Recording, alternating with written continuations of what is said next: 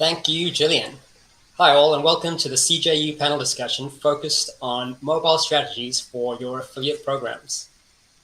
I'm Riaz Mehtar, and I'm the Director of Technical Operations for CJ in Europe.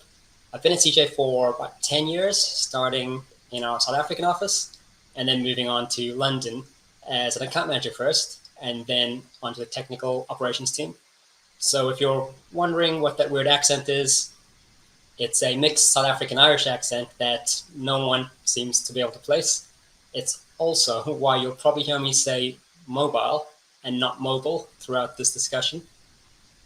During my time at CJ, there's always been a constant joke of it being the year of mobile. The mobile experience when I started and the experience we have today are very different, showcasing the industry's innovation and adaptation to meet customer needs and behaviors. Where until recently, a full mobile experience that could be tracked from start to finish, click to conversion or download, is now a very important part of any strategy to fully understand your affiliate business and close any gaps you may have. To explore this further and really help you understand how some of our top brands in the affiliate channel are approaching their mobile strategy, I'm thrilled to be joined by a diverse group of partners here today. I'm going to hand it over to them to introduce themselves. Todd, let's start with you. Great, thanks, Riaz. I'm Todd Schindele, and I'm the Senior Manager of Retail Partnerships for Expedia Group, and we oversee a portfolio of brands for Expedia, including Hotels.com, Vrbo, Travelocity, Orbitz, and Cheap Tickets, as well as Expedia. And I'm very happy to be here and to join this group. Thanks, Todd. Natasha. Hi. I have worked in the affiliate industry for over 5 years, starting on the network side and then moving into the publisher sector at Global Savings Group 3 years ago. So I'm the account director for fashion in the UK, and basically for anyone who doesn't know us, we are a shopping rewards company. So our goal is basically to enable users to make the best purchasing decisions using like our various sort of offerings available. So coupon, cashback, browser extension, content and media. So quite a bit. My team in the UK sort of builds brand partnerships on behalf of the Daily Mail and Metro. And we're sort of best known for codes and deals, but also like a variety of sort of content solutions. So sort of newsletters, influence campaigns, articles, social ads. So that's sort of pretty much it in a nutshell. Thanks, Natasha, and welcome to the panel. Amanda. Yeah. Hi, everyone. I'm Amanda Greenwood. I'm a partnerships director here at Button. Button is a mobile commerce platform really helping marketers supercharge their paid marketing spend to drive more app sales, more app users, and higher lifetime value from their customers. I've been here for about 4 years, but started at CJ, where I was in Clients App there for 4 years as well. So very excited to be on this panel today. Thanks, Amanda. I think because we're going to be talking quite a bit about mobile apps today, I thought we'd start with a sort of fun first question. What's your favorite app and why? Let's go back to Todd. Yeah, sure. So this is nothing cutting edge, I'll say, but probably my favorite app. And by the way, I looked at my iPhone to see my app usage over time just to confirm this. This is true, but I'm going to go with Spotify, and that's just because it's completely integrated into my everyday life. It's even integrated into other apps such as Waze, for example. But I consume music voraciously, whether at home or in the car or while I'm working, and I really appreciate how Spotify perfectly personalizes and curates the content to my specific taste, and continues to evolve with me and my taste over time. So it's a great app, and I'm sure a lot of folks feel the same way. Yeah, so I was going to say, you're lucky you went first there, Todd, because if I'd gone first, Spotify might have been my choice too. Yeah. Natasha, what about you? Yeah, I'd have to say Spotify is definitely up there, and kind of similar on the same line, but BBC Sounds is probably one that I listen to the most. So that's just, you kind of have your completed sort of hour playlist for like gym workouts. So I kind of use that for running, and then, just listen to sort of a lot of podcasts, like including like Peter Crouch's podcast, which we sort of listen to religiously. But yeah, that's pretty much, I'd say, my most used one. For anyone not in the UK, the Peter Crouch podcast that Natasha just mentioned is hilarious and brilliant. What about Amanda, your favorite app? Yeah, those are good ones. I think I have to say, especially recently, the Food Network app. I think I'm spending so much time at home and looking for new recipes to cook, and there's a ton of content and videos there. It's half entertainment and half education, I think. I bet during the last 18 months, I think music podcasts have always been the top of anyone's list, but I think food apps, and podcasts have definitely seen an uplift in the last 18 months. As exactly you said, people are spending more time at home, wondering what to cook and trying to be more inventive. I think music podcasts and food are going to be popular with most of our audience today. So I'm going to try and go a little bit different and say my Orange Theory fitness app is probably the one I spend the most time on. And like Todd said, I had a look at my screen time, and it was exactly what I thought. I spent way too much time on it. And there's no denying that. Thanks, everyone. I think we move on to the meat and bones of why we're here today, and the discussion around mobile app strategy. Successful marketing strategies fully exploit and engage users' smartphones and mobile devices to reach them on their terms and meet their expectations. How have your strategies evolved over the last 5 years? Todd, let's start with you, speaking from a brand perspective.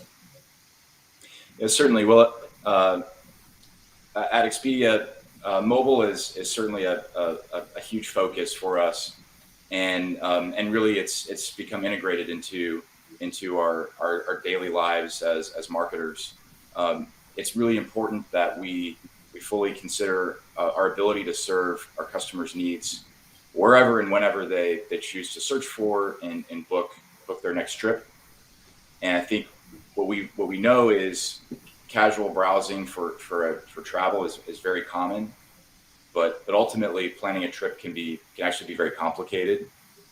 And so we have to be able to make sure that we can take those two things and put them together effectively. And so when we think about our mobile strategy, we are a mobile first business, and we have been for many years through transformational projects such as making our websites fully responsive. But really over the years, Expedia has invested really in simplifying the mobile experience to meet the needs of all the different types of travelers. So for example, we want to be able to facilitate the shopping experience for a family of 4 looking for a beach vacation somewhere by the ocean or in the Caribbean. And at the same time, we need to be able to meet the needs of the road warrior business traveler who's booking his room at 9 p.m. for that same evening.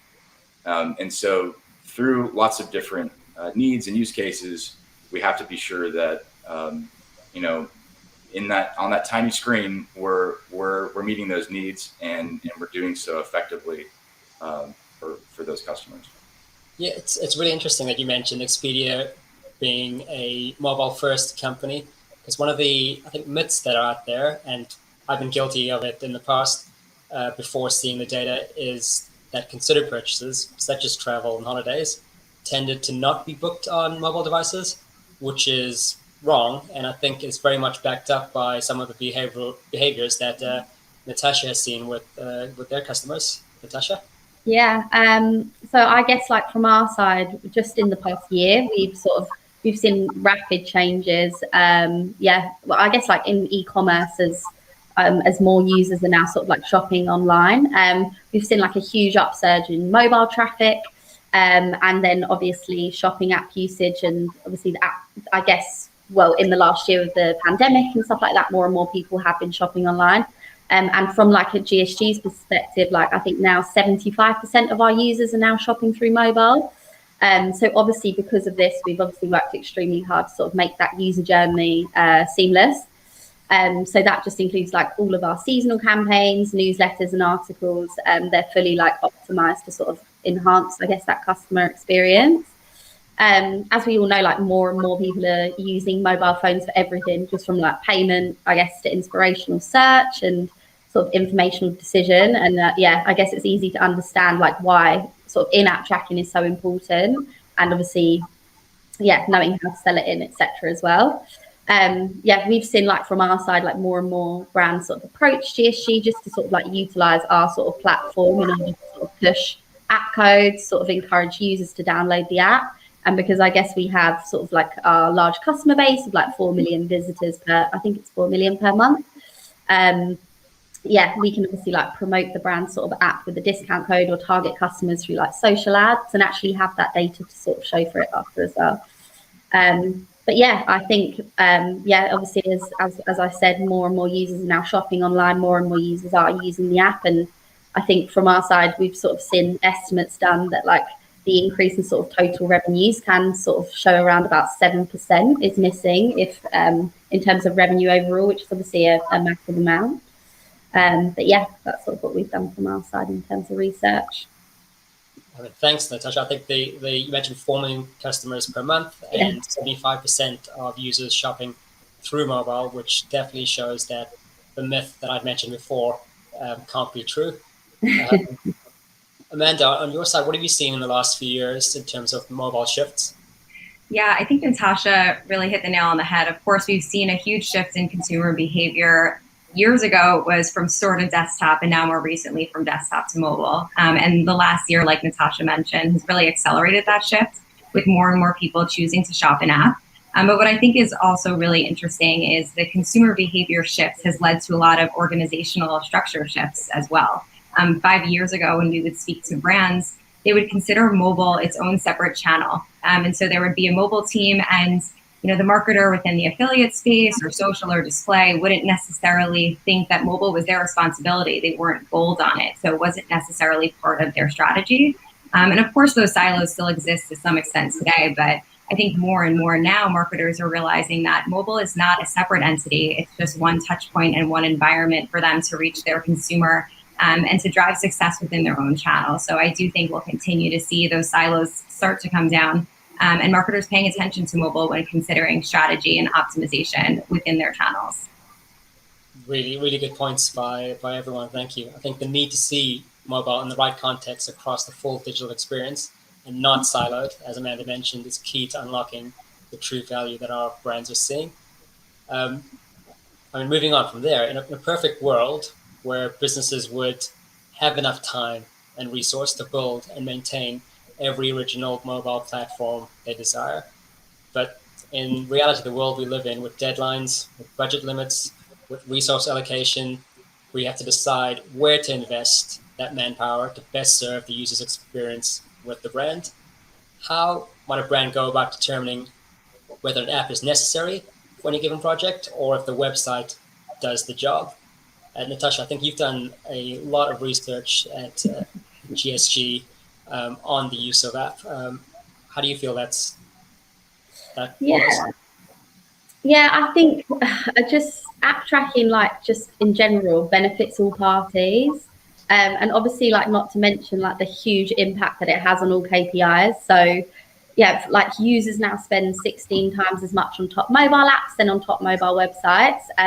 Yeah, like we said earlier, e-commerce is sort of evolving rapidly. And obviously, as this trend only sort of increases in time, it's important that we obviously encourage brands to sort of integrate app tracking in order to, I guess, for them to have a full picture of performance and maintain sort of their dominance in the market. Otherwise, I feel like over time, as it is all rapidly changing and moving so quickly, they'll be left behind.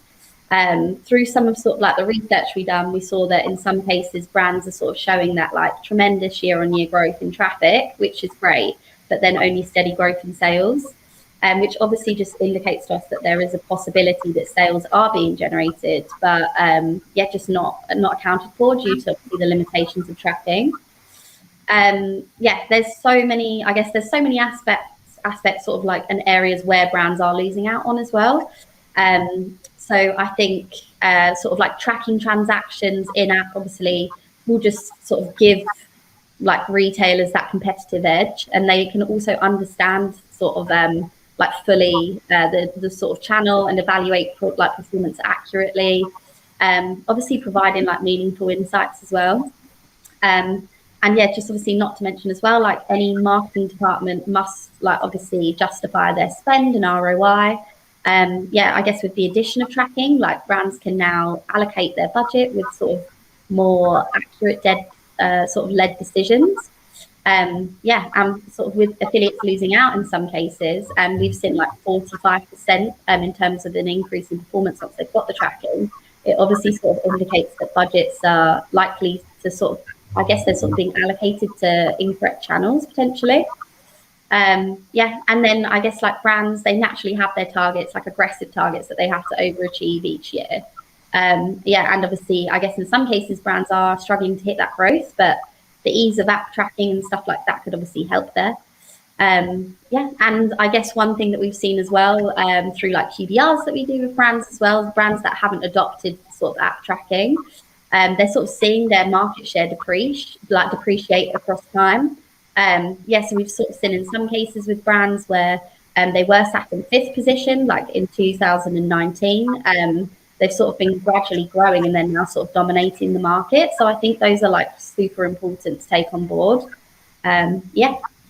Yeah, I mean, that final point is really good. It's understanding your customers, getting the experience right, but also getting accuracy in what your channel is delivering. And without any of the strategy in place and the keys and foundation to tracking in-app, you're not going to get that accuracy. Exactly. Amanda, on your side, working with brands and networks, what has been your experience on getting that app tracking up in place?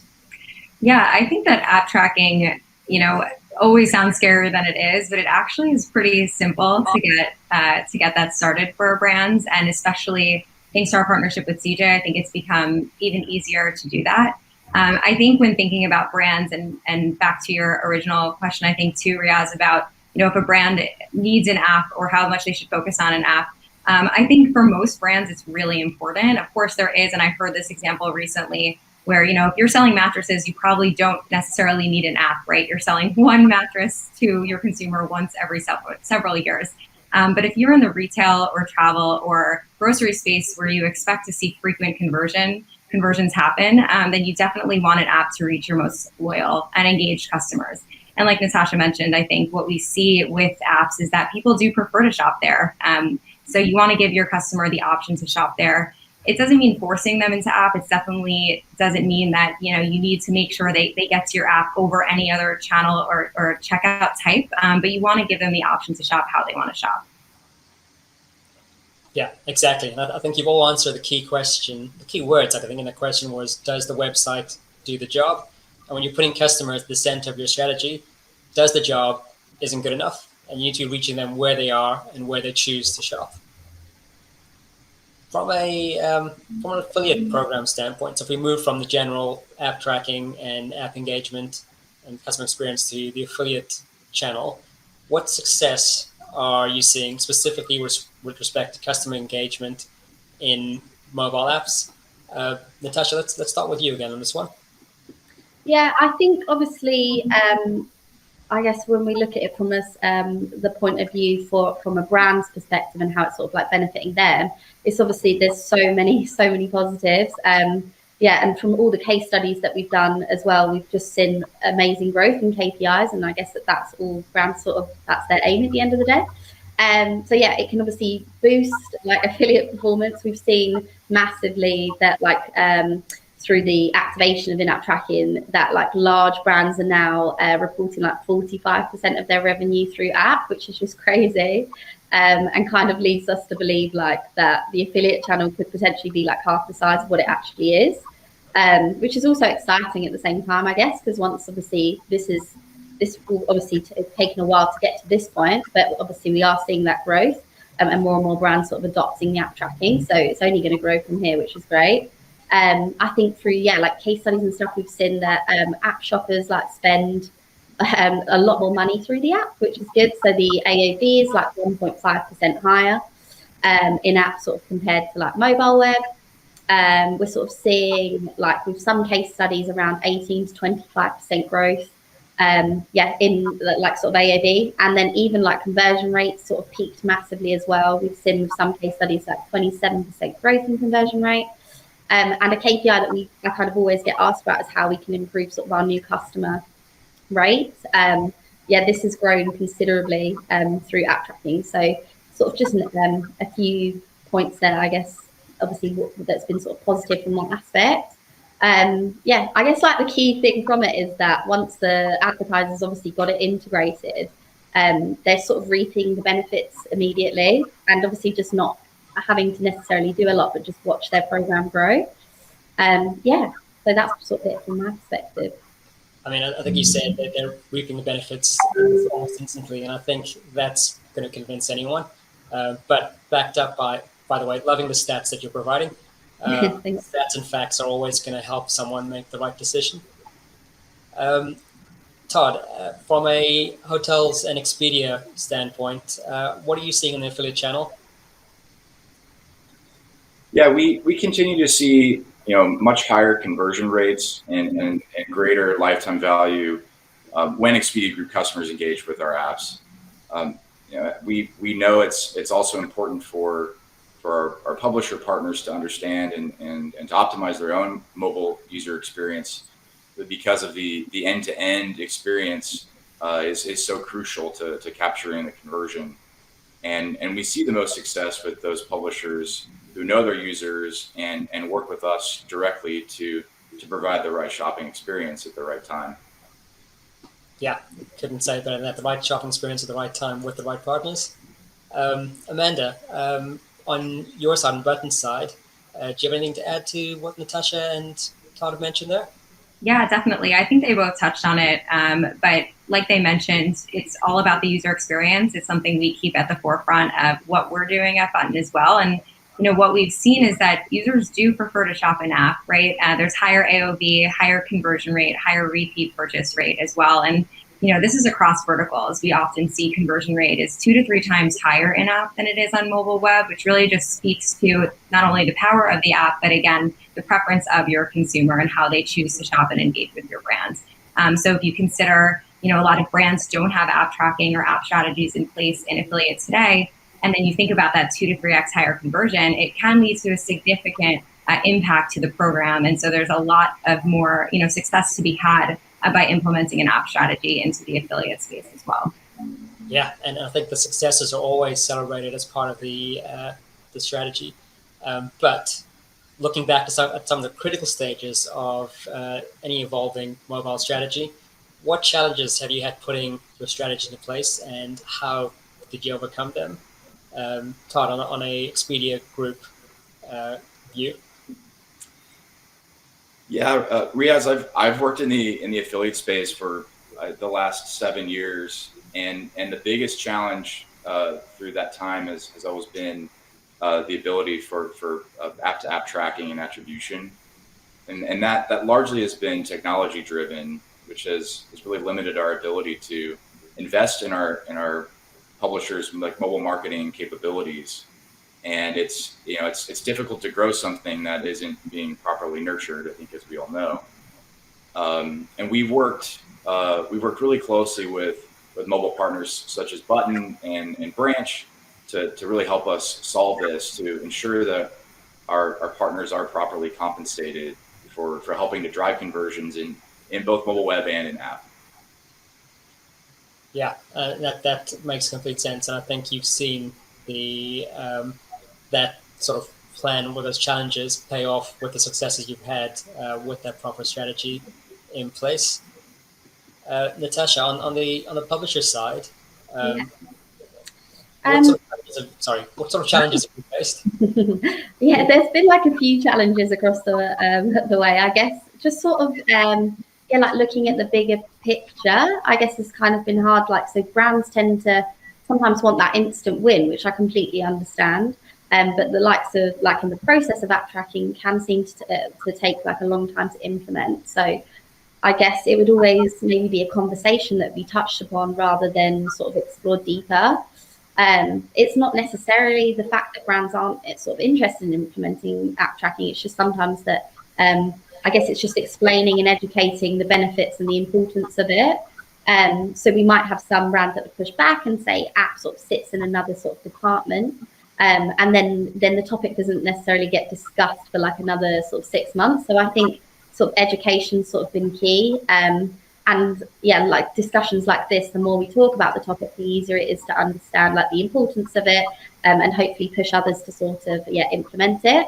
But having said that, I do think like we've come a long way in the past years, sort of like, well, the past few years, sort of receiving a lot of sort of support, especially from like networks and a lot of brands as well. We've sort of like been included in and helped in sort of industry events on like so many different platforms, like podcasts, events like this, sort of webinars and sort of clubhouse discussions as well. Yeah, I think it was such sort of a largely overlooked topic a few years ago. And now it's sort of great to see, like, I guess, like networks as well investing so much into sort of the initiative to firm up the speed of it, sort of industry wide. Yeah, and I think like as a result of that, we're seeing so many sort of brands, sort of networks, sort of having being able to facilitate sort of like more MMP providers. And I guess like obviously Commission Junction partnering with Button, like all of this is just helping and obviously having that discussion. So yeah, we're seeing so many brands, especially now, sort of shifting their marketing spend as well into the affiliate channel just because of this. And then I guess from our side, what we've tried to do as well is sort of any brands that sort of implement that tracking, we've given them like discounted commercials and like more exposure, greater visibility. And that sort of like next level VIP sort of status, just to push the topic more. Yeah, we have like lots of monthly calls with networks and stuff to sort of provide support and any sort of brands that we could potentially approach. And we're always talking about sort of app tracking stuff on LinkedIn, performance in articles, and just sort of educating ourselves on the topic internally. I think that's the hardest bit. Yeah, obviously app tracking, when you sort of discuss it with some people, that it is quite difficult. But I think, yeah, now, like I said, events like this just help massively to sort of stress the importance of it. And the more and more case studies that we've got now sort of highlighting that growth of brands has just helped massively. I mean, yeah, I think the education part is critical because, like you said, it's been overlooked for a long time. And because it's been overlooked, it kind of falls to the wayside a bit. Yeah. More networks, publishers, and brands and partners talk about it, and they stress the importance of getting that full picture and the best user experience, the more we're going to see an uplift in more brands tracking an app, and then we're going to see the benefits reaped across everyone in terms of those instant revenue uplifts.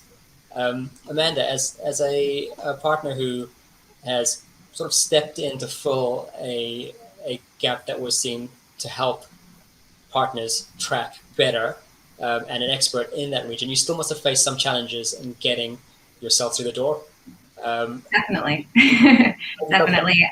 The biggest challenges we hear, and Natasha touched on this too, it relates to technical hurdles and organizational hurdles. A lot of marketers are intimidated when they hear that they need to set up app tracking. They don't know how to do it or to get the tech resources assigned. And like Natasha mentioned, it all comes down to education. First, just breaking down what the integration entails and showing them how simple it is. But more than that, because we know that there are still those silos where they need their mobile teams buy-in in order to get technical resources assigned, we always recommend to brands at the beginning of these strategic conversations to get mobile teams and product or engineering teams in the room with us, with the affiliate teams, to all discuss the opportunity together.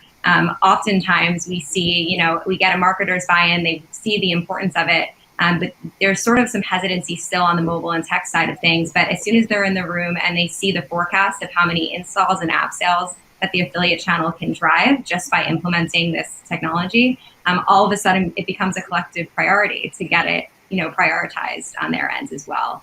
So again, it comes down, like Natasha said, just to education, making sure that they understand what the integration entails, the benefits that it can provide, and just making sure that you have the right people in the room to sign off on it right then and there.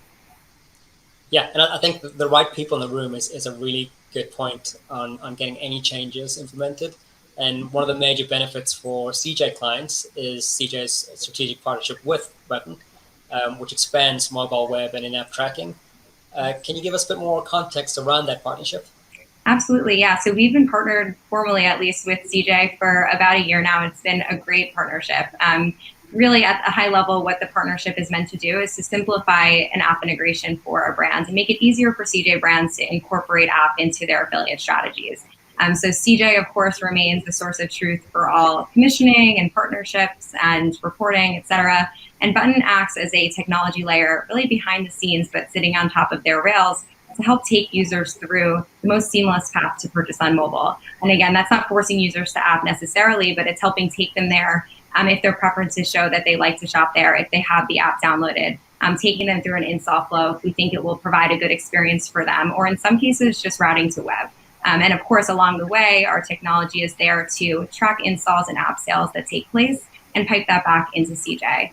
So what we've seen is that, of course, this is very beneficial for brands who are interested in getting this set up, especially because there is an app integration involved, but the partnership between CJ and Button really relieves a lot of the burden of the other setup pieces, like figuring out how to incorporate app into commission structures and program terms, and how to update links to make sure users are going through the right flow. So we take care of all of that. And it's been really a pleasure to work with client dev and engineering at CJ to continually make optimizations to that process to make it easier for brands. And it comes back to education again. Collectively, we're going out to the market to show how simple it is for brands to get this integration going and the benefits that they could see by doing so.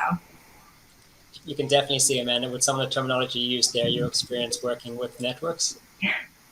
Yes. I think I've seen from my team and our involvement in integrations the impact that partnership has had, both in terms of integration ease, but also in terms of turning publishing partners on the program into in-app tracking partners.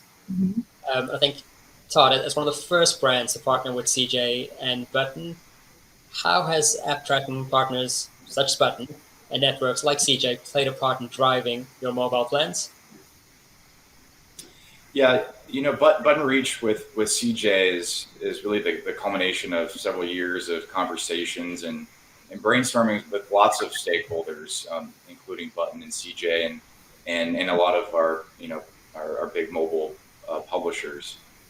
Really about how we can all work together to evolve the space and create more value within the mobile experience, within our affiliate program. It's a cliche, but a rising tide lifts all boats, and really in this case, we're all better off when we can leverage each other's strengths to create that incremental value, which we've been able to prove out through our own independent testing. Yeah, and building on from that, how do these relationships add to or complement your own internal data and tracking?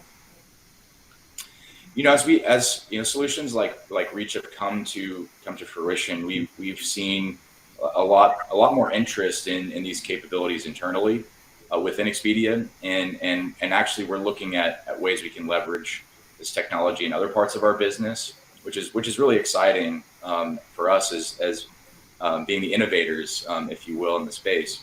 But I think what's most important is our publishers are also starting to see the benefits of this new capability through improved conversion rates and ultimately incremental commission revenue. And what's great is this makes Expedia Group a more efficient partner to work with and really a better place to book travel. It's a huge takeaway from the success that we're seeing here, that this is a partnership. And you both use that word a lot in your answers. We sometimes see, going back to Amanda's point earlier, teams working in silo, but the CJ Button brand partnership sees all working together to get the best experience possible. And talking about experiences, within the last 18 months, we've seen advertisers and their customers being affected by lockdowns. We've seen brands shift focus from in-store retail to online experiences. With the travel industry, there's been a lot of upheaval and changes as well in this regard. Has the uncertainty or pivots that had any impact on accelerating or changing yours or your client's mobile strategy in any way? Amanda, let's start with you on that one.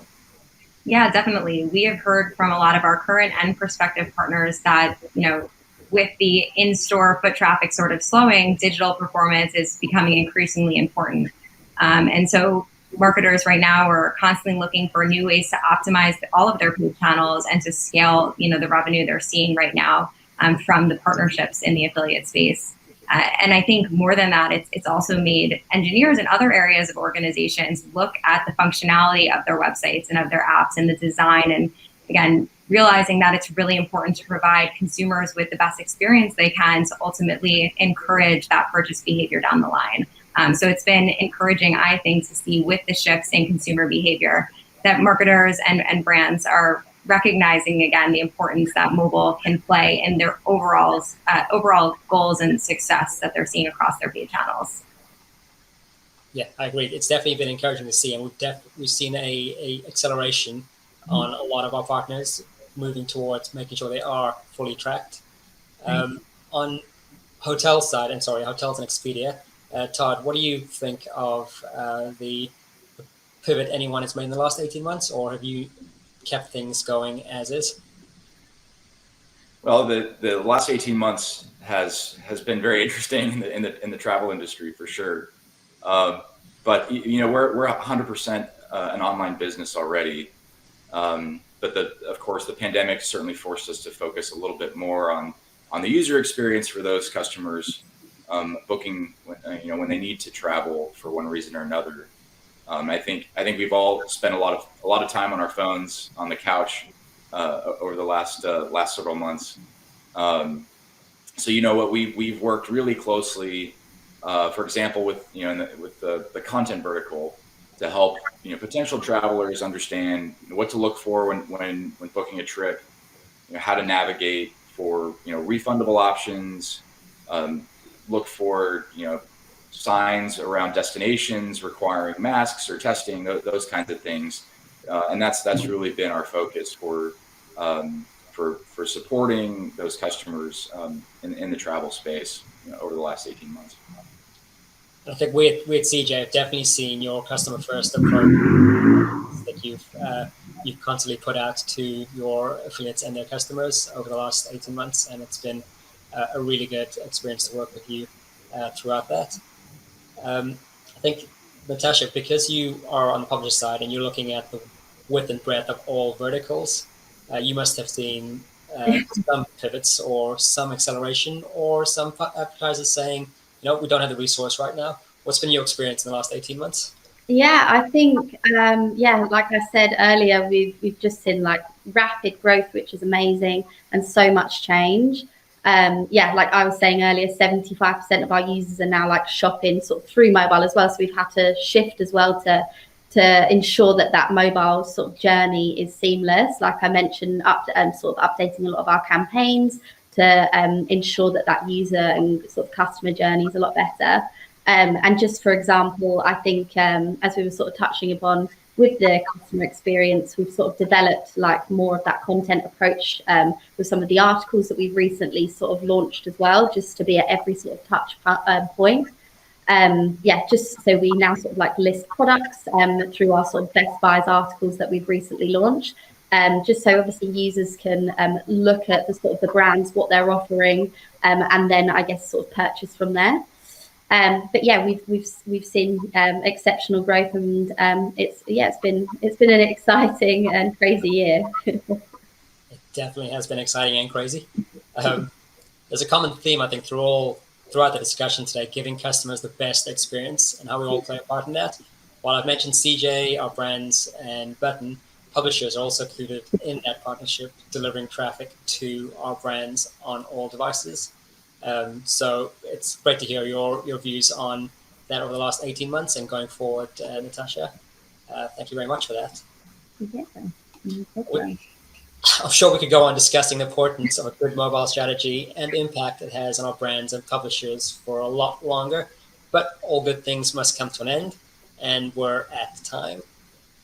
Thank you so much to our panel. It's been a pleasure having you on, giving your thoughts and views, and hopefully inspiring our viewers to put into action anything they've learned today from this great panel. Thank you, everyone, and back to you, Gillian.